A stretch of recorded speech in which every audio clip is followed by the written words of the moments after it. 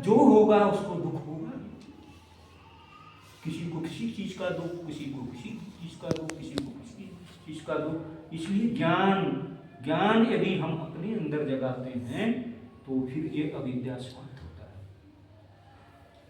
तो आइए थोड़ा सा हम और आगे चलते हैं।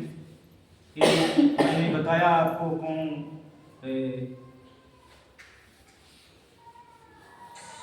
विसर्जन के बारे में बताया। इसके आगे है रहना है तो समाज में रहेंगे तो समाज में इसकी जरूरत पड़ेगी 5 शीलों की, सदाचरण की। परिवार में है तो वहां भी जरूरत इसकी है। और यह स्वाभाविक है कि जब हम जिस चीज से दुखी हैं, हमारी हत्या कोई करे, हमारे साथ हमारा कोई चोरी कर ले, या हमारे संबंधियों का कोई चोरी कर ले, या व्यभिचार कर ले, या ठगी कर ले, या कटु बोल दे, का झगड़ा लगा दे, तो हमें बुरा लगता है। इसलिए हमें चाहिए कि जिस तरह हमें बुरा लगता है, यदि हम किसी दो लोगों में यदि चुगलखोरी करके झगड़ा तो भी बुरा लगेगा। यही पाप है, यही पाप है। यह वाणी का पाप कहलाता है। क्या कि झूठ बोलकर ठग लिया किसी को, कटु बोलकर गाली देकर किसी के दिल को दुखा दिया। और तीसरा है कि चुगलखोरी कर लिया, दो लोगों में आपस में मित्रता है, बन रहा है, और चुगलखोरी कर दिया, झगड़ा लगा दिया और बेकार व्यर्थ की बातों में लगा है। ये वाणी का पाप। शरीर का पाप, जैसा कि मैंने बताया कि हत्या करना, चोरी करना और व्यभिचार करना, ये शरीर का पाप। मन का पाप राग और द्वेष और मोह। तो मन के कर्म सुधारने मन ही प्रमुख प्रधान, अकाजित वाचक कर्म तो मन की ही संता। ये जो राग द्वेष मोह है, ये मन का कर्म है, इसी की प्रधानता है। और शरीर का जो कर्म है, वाणी का जो कर्म है, वह तो इसी मन का ही संतान है। इसी मन का संतान है। सर्वप्रथम आता है राग द्वेष जागता है, तभी हम शरीर और वाणी से कर्म करते हैं, वही पाप कहलाता है।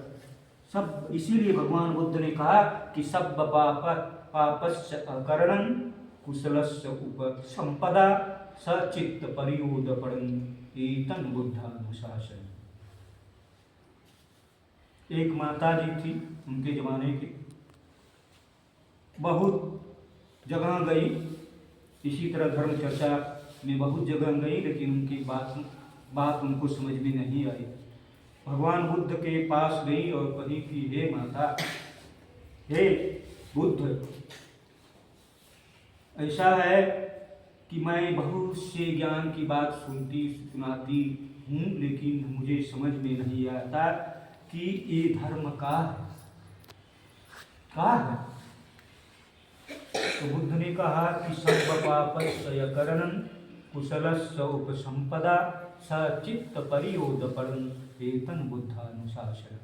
ए माता सुन, सब पापस्य करणं, यानी जितने भी पाप कर्म हैं उससे तुम बच, उसको मत कर।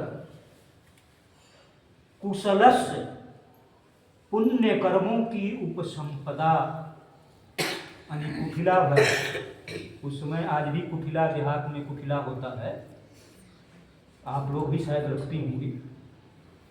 उस समय उसकी भाषा में समझाया कि जिससे इसको समझ में आ जाए कि ये भाई, तुम पुण्य कर्मों का कुटिला भय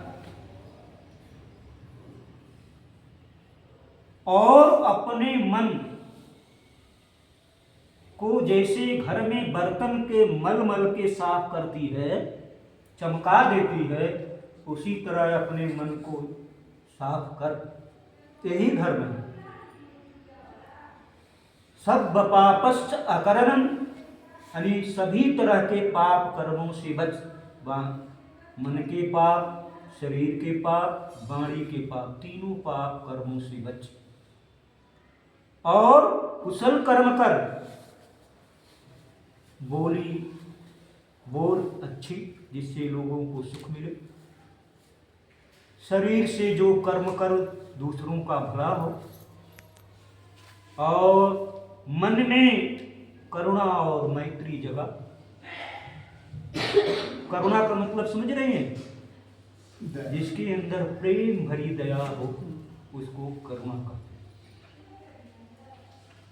तो यह यदि करेगी तो सब पापस्य अकरणम, जो पाप कर्म है उससे बच जाएगी और इसका धीरे धीरे संपदा कुटिला भरता जाएगा।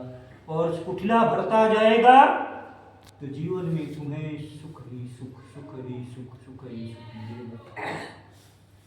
इसलिए पंचशीलों का थोड़े में मैंने अर्थ समझाया कि हमें हत्या नहीं करना, हमें चोरी नहीं करना, हमें व्यभिचार नहीं करना, हमें झूठ फाट नहीं बोलना है, ठगना नहीं है किसी को, और नशा पत्ती से बचना है। आज के डेट में, आज के समय में हमारे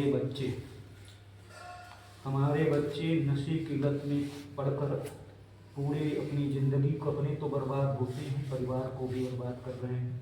इसलिए माँ बहनों का कर्तव्य बनता है कि शुरू से जैसे इस तरह के बच्चे हैं, इन तरह के बच्चों को यहाँ ले आए और इनको घर में भी सिखाएं कि देख बेटा, तुम बुद्धं शरणं गच्छामि, धम्मं शरणं गच्छामि, संघं शरणं गच्छामि, और एक 5 शीलों का रोज अभ्यास कर।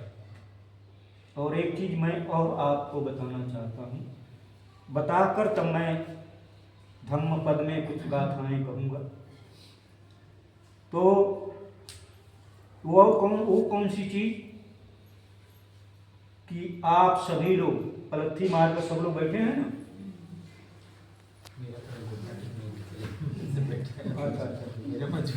ठीक है, कोई बात।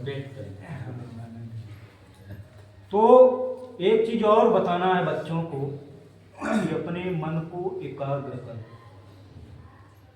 यानी मन को अपने वश में कर।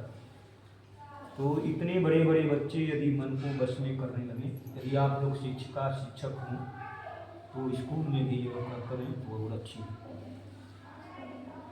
पलथी मार कर बैठे, हमारे साथ 5 मिनट करना है, उसके बाद आप लोग घर पर करेंगे अभ्यास।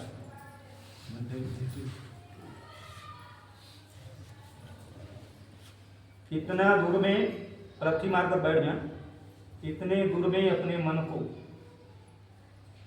को करें। वैसे सती इसको कहते हैं। सती का मतलब स्मृति को अपने इतनी दूर में रखना है। बच्चों आप लोग भी ऐसे कर लो। तो इतने दूर में रखकर सांसों को, वैसे तो स्वाभाविक सांस है, सभी लोग सांस लेते हैं, सांस छोड़ते हैं। तो जो सांस आप ले रहे हैं उसको अनुभव करना है। मतलब देखना का मतलब यहाँ हम बताएंगे अनुभव करना। सांस भीतर ले रहे हैं तो उसको अनुभव हो कि सांस भीतर गया। सांस बाहर आ रहा है तो अनुभव करना है कि सांस बाहर गया। बाहर गया फिर भीतर आया, बाहर गया फिर भीतर गया। तो चलिए शुरू करते हैं, 5 मिनट तक, ज़्यादा नहीं। सांसों को देखिए।